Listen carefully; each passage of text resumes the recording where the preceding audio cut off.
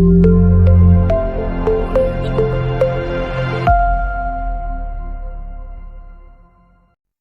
all, welcome back. In the video, paper and printing, proofreading and spell checkers, binding a printed paper and electronic submission. இதை பற்றி தான் பார்க்க போகிறோம். So first of all paper and printing. So research paper வந்து print பண்ணுறதுக்கு white sheet தான் வந்து use பண்ணணும். தென் இது வந்து 8.5 by 11 inch சைஸ் பேப்பராக வந்து இருக்கணும். தென் ஒரு ஹை குவாலிட்டி பிரிண்டர் வந்து யூஸ் பண்ணியிருக்கணும். சில இன்ஸ்ட்ரக்டர்ஸ் சிங்கிள் சைடில் பிரிண்ட் பண்ணுறதுக்கு ப்ரிஃபர் பண்ணுவாங்க அண்ட் சில இன்ஸ்ட்ரக்டர்ஸ்க்கு டபுள் சைட் போதும். ஸோ அதை வந்து ஏற்ற மாதிரி வந்து பிரிண்ட் பண்ணணும். Then proof reading and spell checkers. Submission பண்ணுறதுக்கு முன்னாடி ப்ரூஃப் ரீடிங் அண்ட் கரெக்ஷன் வந்து தேவை ரிசர்ச் பேப்பருக்கு.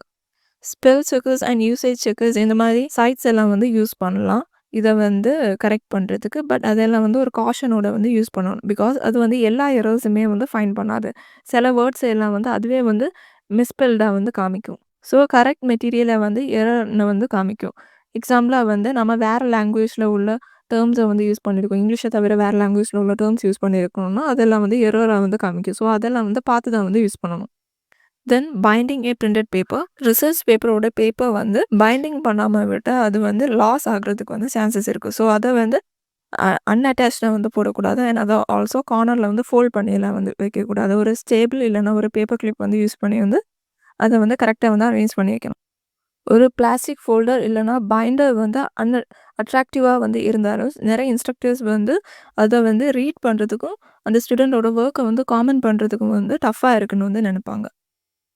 தென் எலக்ட்ரானிக் சப்மிஷன். ரிசர்ச் பேப்பர் வந்து எலக்ட்ரானிக்கில் வந்து சப்மிட் பண்ணுறதுக்கு வந்து கேட்குறாங்கன்னா உங்களோட டீச்சர்ஸோட கைட்லைன்ஸ் படி அதை ஃபார்மேட் பண்ணி எந்த மோட் ஆஃப் சப்மிஷன்னு நீங்களே வந்து சூஸ் பண்ணி வந்து அதை வந்து பண்ணணும். எக்ஸாம்பிளாக மோட் ஆஃப் சப்மிஷன்னா அது வந்து இமெயிலாக இருக்கலாம் இல்லைன்னா ஏதாச்சும் வந்து வெப்சைட்டாக இருக்கலாம். So that's the end of this video. Thank you for வாட்சிங்.